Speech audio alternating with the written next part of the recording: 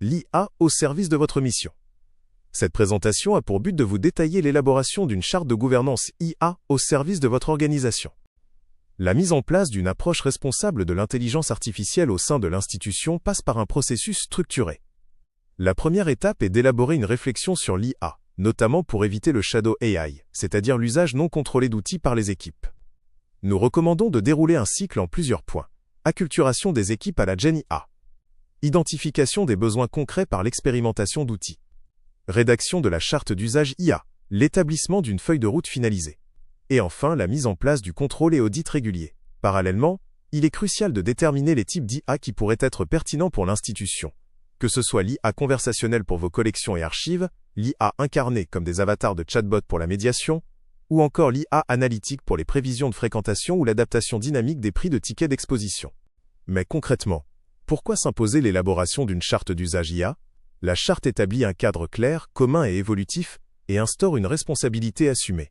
Elle répond à plusieurs objectifs essentiels. Sécurise l'organisation face aux risques juridiques, sociaux et réputationnels. Clarifie la liste des outils autorisés, encadrés ou proscrits, ainsi que l'usage des données sensibles. Garantit la conformité légale avec des textes majeurs comme l'EU AI Act et le RGPD.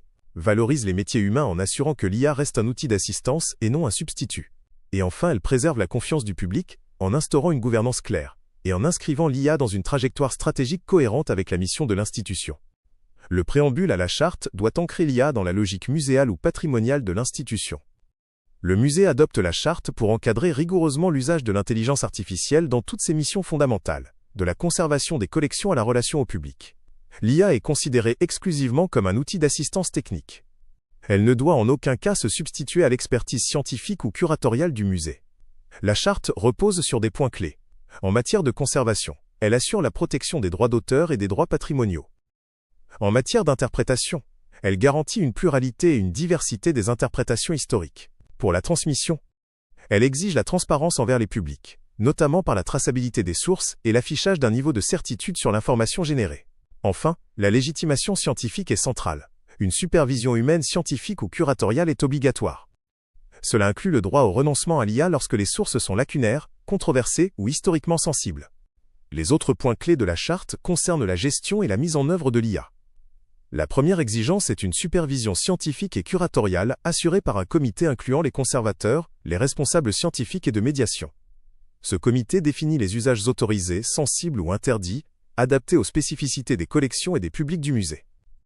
Il est impératif d'intégrer une politique RH visant à explicitement protéger les fonctions de conservation, de recherche et de médiation, pour que l'IA n'entraîne pas leur déqualification.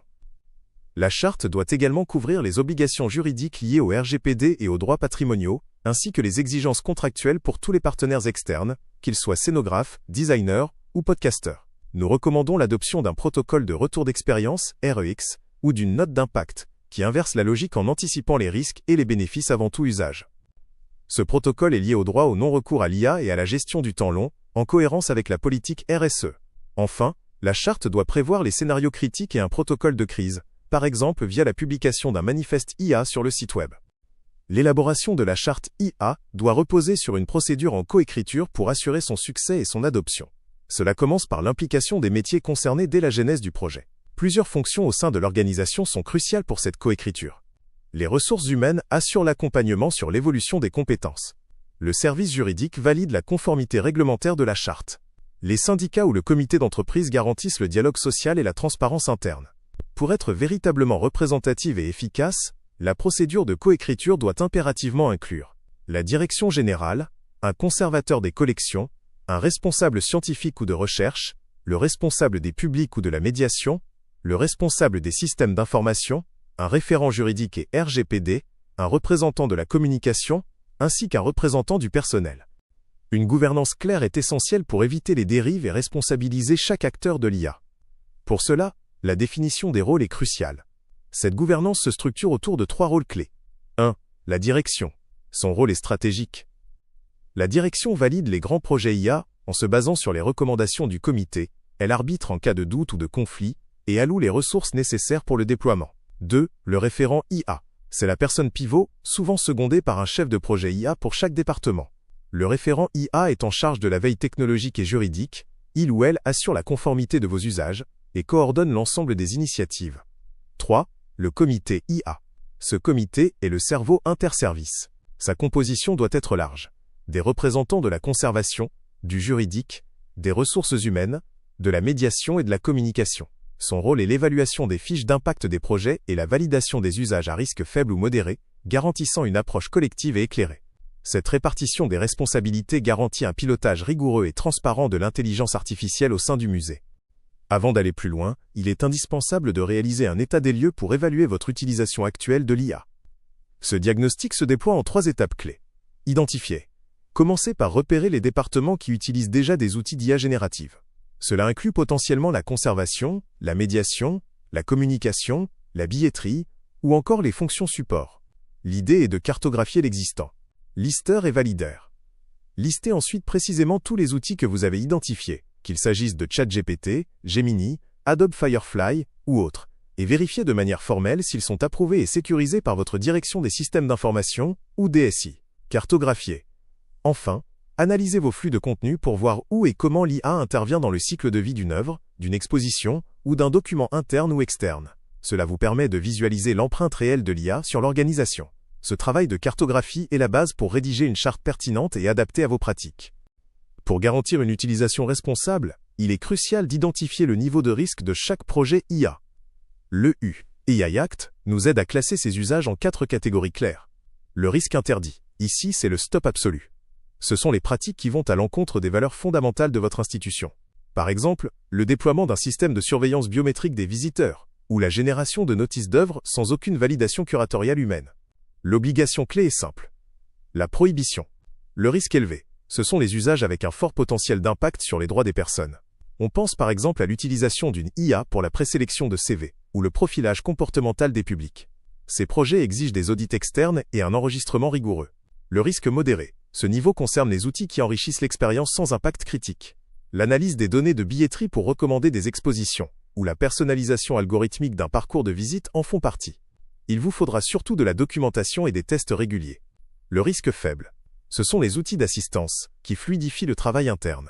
Par exemple, l'IA qui aide à la traduction des sous-titres ou qui synthétise des corpus scientifiques. L'exigence principale ici est la transparence pour que chacun sache quand l'IA intervient. En cartographiant vos usages, vous savez exactement où concentrer vos efforts de supervision.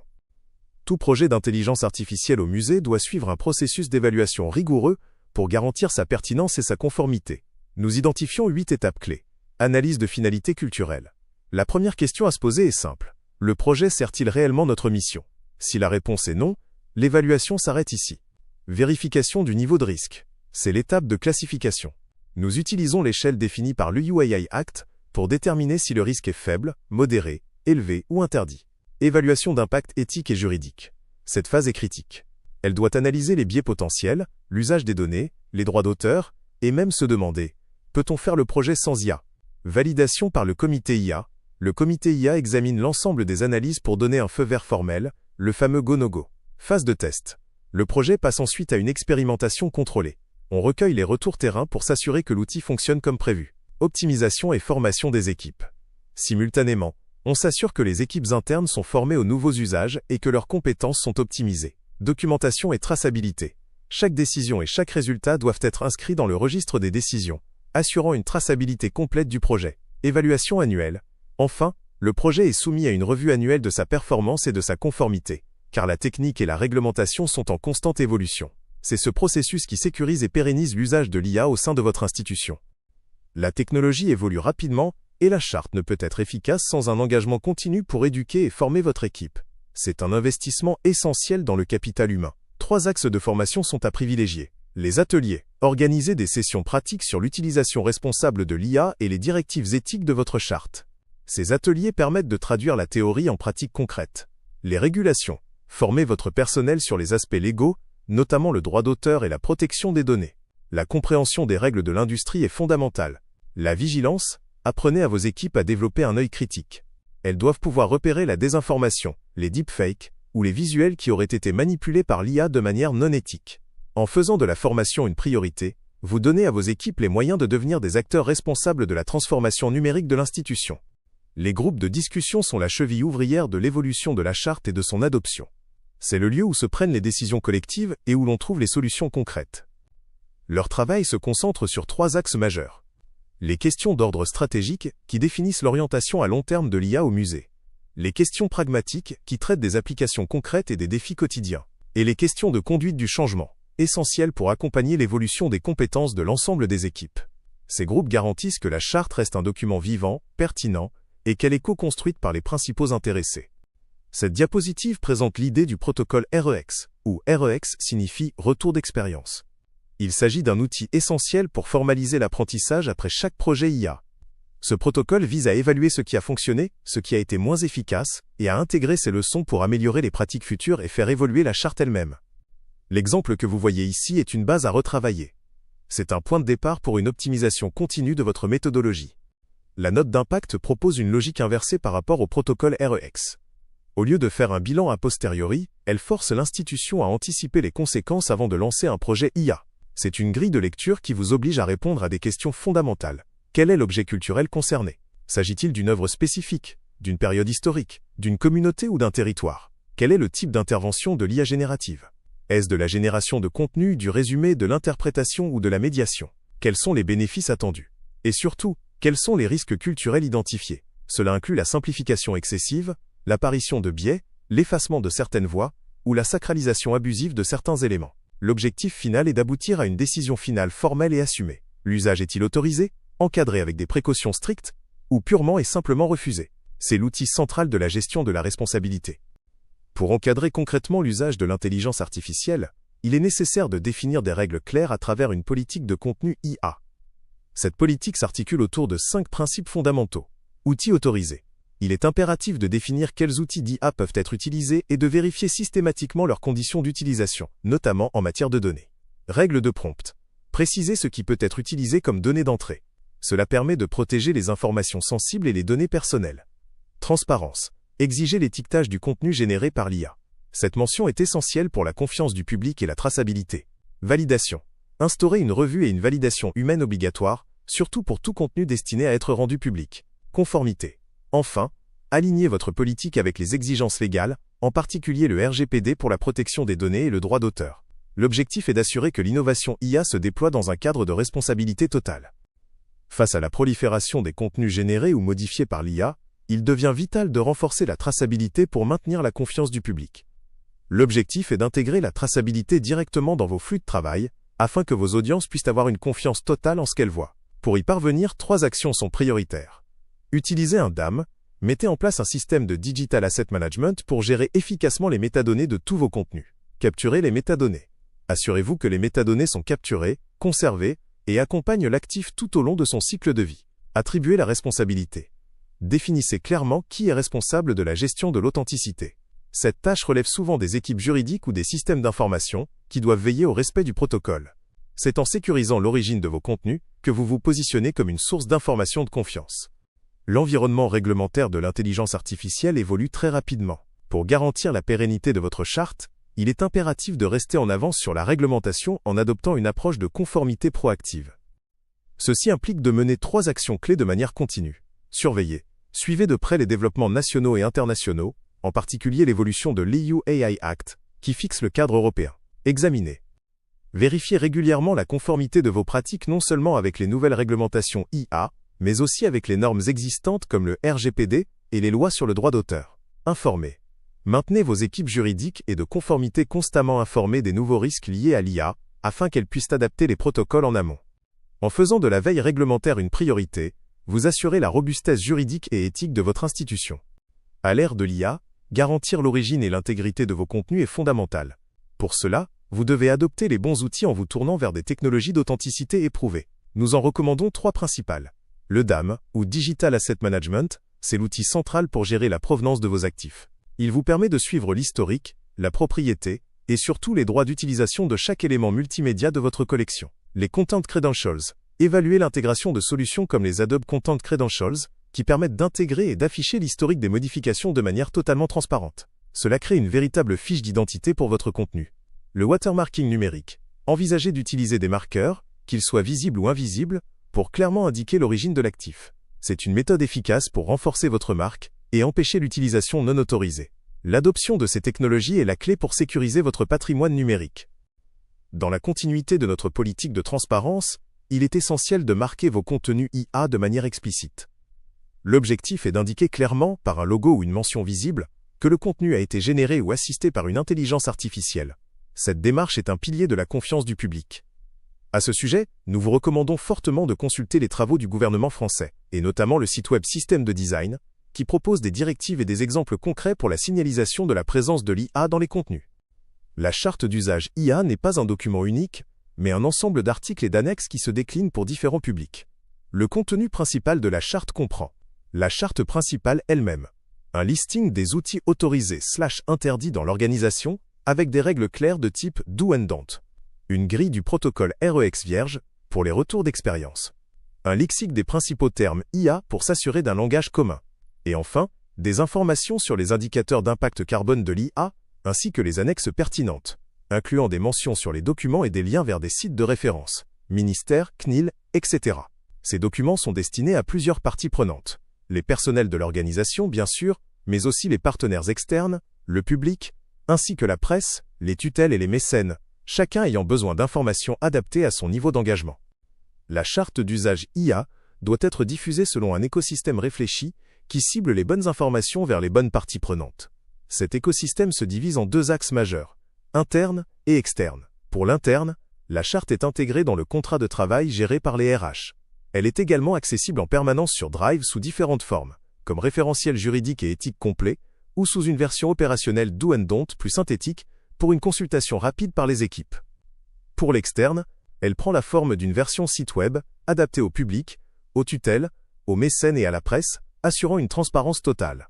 Elle est aussi déclinée en version contractuelle, pour sécuriser vos relations avec tous les collaborateurs externes, les artistes interprètes et auteurs, les intermittents, les prestataires techniques et numériques, et les laboratoires universitaires associés à vos projets. Cette approche garantit que les engagements de la charte sont compris et appliqués à tous les niveaux de l'organisation et de son écosystème.